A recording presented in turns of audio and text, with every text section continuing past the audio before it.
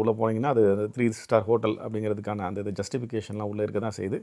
So இதுதான் நாங்கள் stay பண்ண அந்த ரூமு. பெட்டுக்கு 2 சைட்லேயும் வந்து பார்த்திங்கன்னா ஒரு ஆம்பியன்ட் லைட்டிங் கொடுத்துருக்காங்க. அப்புறம் அதை தாண்டி வெளியே பார்த்திங்கன்னா உங்களுக்கு ரயில்வே ஸ்டேஷன் தெரியும்.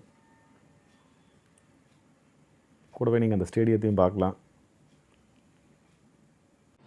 அவங்க ஒரு ரூஃப் டாப் ரெஸ்டாரண்ட் கூட வச்சுருக்காங்க. உங்கள் ரூம்லேருந்தே நீங்கள் ஆர்டர் பண்ணிங்கன்னா உங்களுக்கு சாப்பாடு ரூமை தேடி வரும். நாங்கள் கொஞ்சம் ஆர்டர் பண்ணி சாப்பிட்டோம். ஆக்சுவலி நல்லா தான் இருந்தது. எங்களுடைய புக்கிங்கில் வந்து காம்ப்ளிமெண்ட்ரி பிரேக்ஃபாஸ்ட் வருது.